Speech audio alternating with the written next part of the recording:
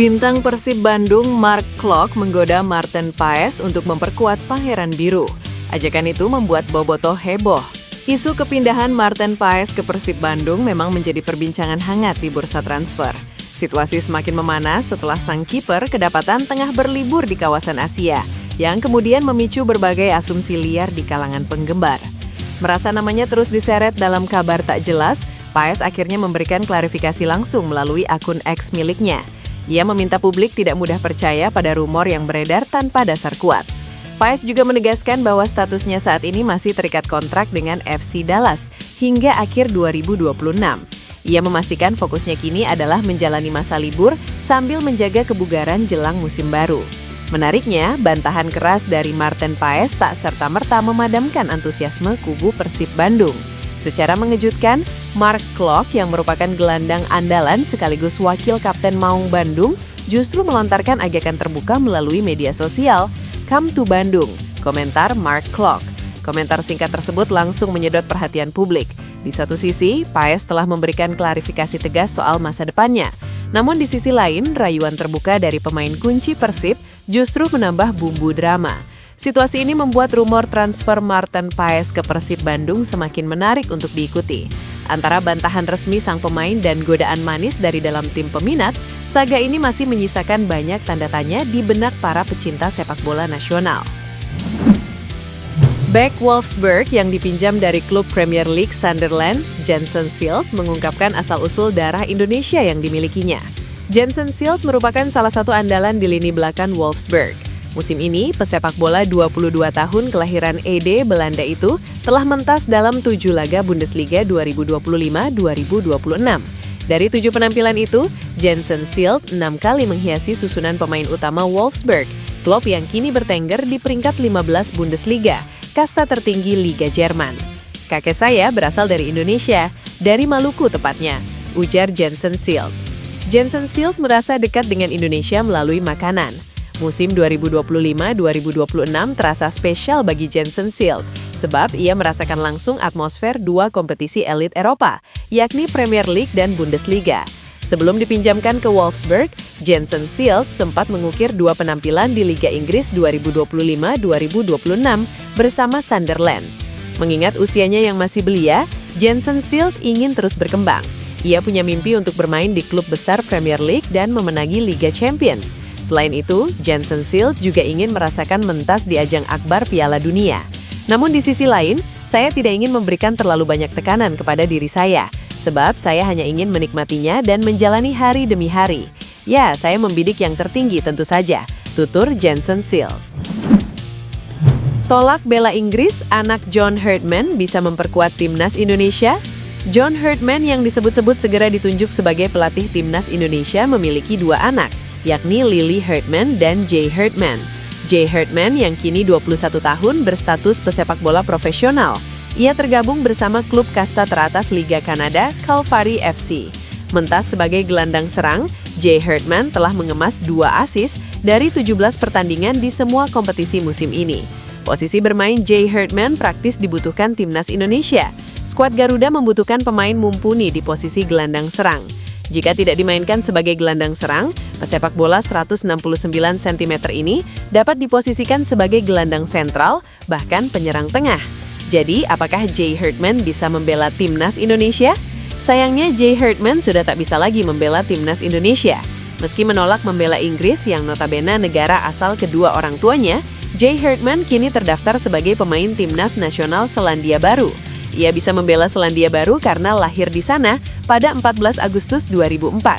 Ia lahir ketika sang ayah dipercaya membesut timnas putri Selandia Baru kelompok umur. Jay Herdman tercatat pernah membela timnas Selandia Baru U20 dan U23.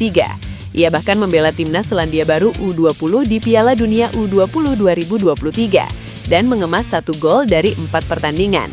Medio 2022, Jay Herdman juga pernah membela timnas Kanada U20. Namun ia belum merasakan caps bersama timnas Selandia Baru senior. Karier Jay Herdman sebatas membela timnas Selandia Baru U23. Terakhir ia membela timnas Selandia Baru U23 di Olimpiade Paris 2024. Kesimpulannya, peluang Jay Herdman membela timnas Indonesia sudah tertutup. Seleksi pemain timnas Indonesia U20 resmi digelar. Ini menjadi tugas pertama bagi Nova Arianto setelah resmi menjadi pelatih Timnas Indonesia U20.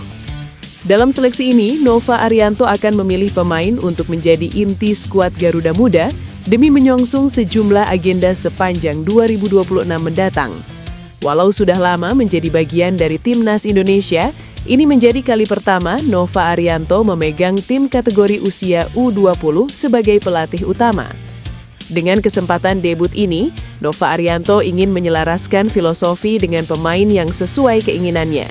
Walau tak melihat latar belakang pemain, Nova Arianto tetap memiliki kriteria tersendiri untuk calon skuad yang akan dipimpinnya ini. Sebagai pelatih Piala Dunia, Nova Arianto pun memastikan akan mengimplementasikan pengalamannya di Timnas Indonesia U17 ke tim ini. Seleksi sendiri sudah berjalan selama beberapa hari terakhir. Secara keseluruhan, Nova mengaku puas dengan penampilan para pemainnya. Namun bukan tanpa celah, dia memastikan ada evaluasi dan catatan yang harus diperbaiki demi mematangkan tim ini. PSSI dipastikan akan mengumumkan pelatih kepala Timnas Indonesia yang baru pada Januari 2026. Kepastian tersebut diperoleh setelah adanya komunikasi dengan Ketua Badan Tim Nasional, Sumarji, yang menegaskan bahwa pengumuman resmi akan dilakukan pada bulan tersebut, bukan lagi di akhir 2025 seperti sempat diperkirakan sebelumnya. Meski belum menyebutkan nama secara resmi, seluruh indikasi mengarah kepada John Hartman sebagai kandidat kuat pelatih Timnas Indonesia. Jika resmi diumumkan, John Hartman akan langsung diperkenalkan sebagai nahkoda baru Timnas Indonesia dan segera mulai bekerja. Ia bahkan dikabarkan akan membawa keluarganya untuk menetap di Indonesia agar bisa fokus penuh menjalankan tugasnya.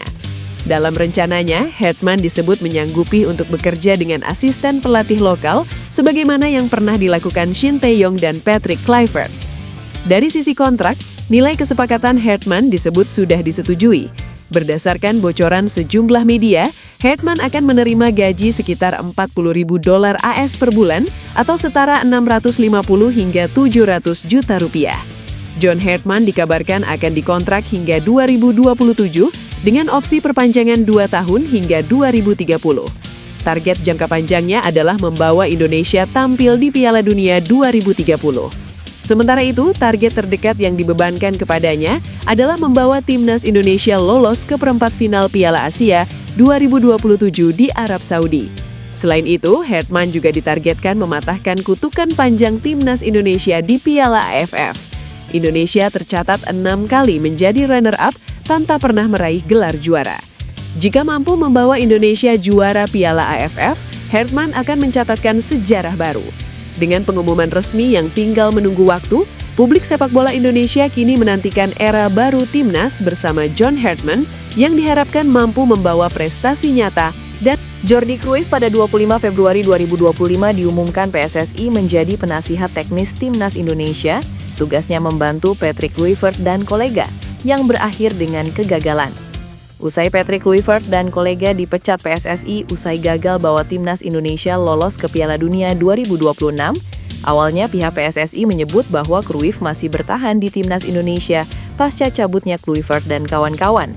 Namun dalam beberapa bulan terakhir ia kasak-kasuk mencari pekerjaan baru, bukan fokus pada pembinaan teknis yang jadi tugasnya di Timnas Indonesia.